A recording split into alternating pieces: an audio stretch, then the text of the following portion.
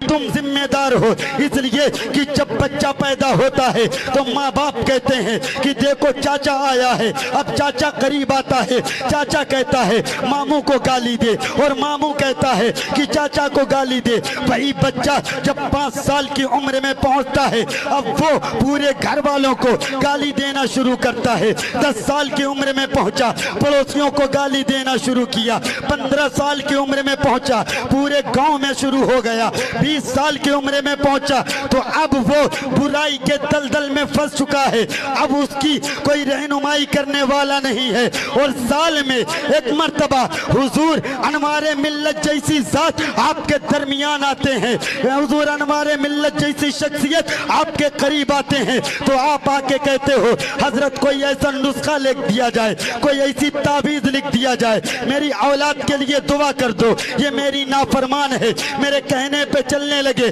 اب میں آپ کی توجہ چاہوں گا، کیا کھنٹوا کے اندر کبھی ایسا دیکھا گیا ہے کہ لیچی کا درخت لگایا ہو اور اس سے انگور کے پھل نکلے ہو، انگور کا درخت لگایا ہو اس سے سنترے کے پھل نکلے ہو، سنترے کا درخت لگایا ہو اس سے انار کے درخت نکلے ہو؟ کبھی ایسا ہوا ہے سرسوں کی کھیتی سے تم نے چنے کاٹے ہو، اور چنے کی کھیتی سے تم نے جندری کاٹی ہو، اور جندری کی کھیتی سے تم نے لیا کاٹی ہو، اور لیا کی کھیتی سے تم نے چاول کاٹا ہو، اور چاول کی کھیتی سے تم نے گندم کاٹا ہو؟ آپ کہیں گے کہ جیسی کھیتی ہوتی ہے ویسا فصل ہوتا ہے، جیسا درخت ہوتا ہے ویسا پھل ہوتا ہے، تو مجھے کہہ لینے دیا جائے کہ جیسے ماں باپ ہوتے ہیں ویسی اولاد ہوتی ہے۔ اگر باپ حضرت علی جیسا ہو اور ماں فاطمۃ الزہرا جیسی ہو تو بیٹا بھی حسن اور حسین پیدا ہوتا ہے،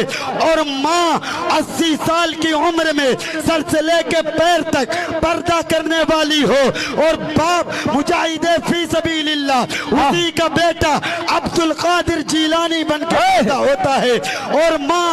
رات بھر کی تہجد گزار ہو تو اسی کا بیٹا غریب نواز بن کے پیدا ہوتا ہے، اور باپ وقت کی سلطنت کو ٹھوکر مارنے والا ہو تو اسی کا بیٹا وقت کا مجدد امام احمد رضا خان بن کے پیدا ہوتا ہے، اور باپ اگر زندگی میں دین کی خدمت کا سپنا دیکھے تو اسی کا بیٹا مرشد العلماء حضور اصحاب ملت بن کے پیدا ہوتا ہے، اور وہ اصحاب ملت جس نے اپنی زندگی کے سفر کا ایک ایک روپیہ مدرسے کی زمین لے کے گزار دی ہو، مسجد کی زمین بنانے میں گزاری ہو، اور اپنی اولادوں کو 10 بائی 10 کے کمرے میں رکھا ہو، اور زندگی کا ایک ایک روپیہ دین کے لیے قربان کیا ہو، تو اسی کا بیٹا وقت کا مبلغ ہمارے ملت نعرہ تکبیر،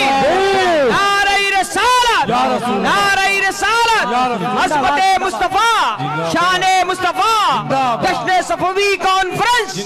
حضور اصحاب ملت، حضور اصحاب ملت، برخاست کے دولہا مرشد العلماء، صفوی دولہا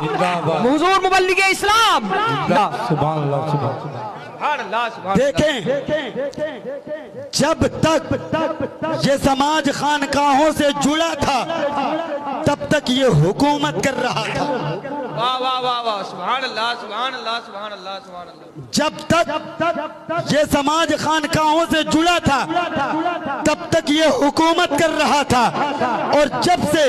خانقاہوں سے دوریاں اختیار کر لی ہے تب سے غلام بن چکا ہے۔ آپ تاریخ کا جائزہ لیجئے تو آپ کو معلوم چلے گا کہ پہلے تعداد ہماری بہت کم تھی مگر ہم حکومت کرتے تھے، ہماری نسلوں میں غازی پیدا ہوتے تھے۔ آج وجہ یہ ہے کہ ہم نے خانقاہوں سے رشتہ توڑا ہے، یہی وجہ ہے کہ در در کی ٹھوکریں کھا رہے ہیں، کوئی بھی ہمیں ستا رہا ہے۔ آپ چاہتے ہیں آپ تاریخ کا مطالعہ کریں تو آپ کو پتا چلے گا کہ جب تک ہم خانقاہوں سے جڑے تھے تو سلطنت ہمارے پاس تھی، حکومت ہمارے پاس تھی، ہماری نسلوں میں غازی بن کے پیدا ہوتے تھے۔ آپ کے سامنے خلافت عثمانیہ بڑی زندہ جاگتی ثبوت ہے، ان لوگوں کے پاس نہ تو تو زمین تھی رہنے کے لیے، نہ تو لباس تھا پہننے کے لیے. وہ چرواہے تھے جہاں بسیرا ڈالتے تھے، جہاں بھیڑ بکری چراتے تھے، وہیں زندگی گزارتے تھے. خانقاہوں سے جڑے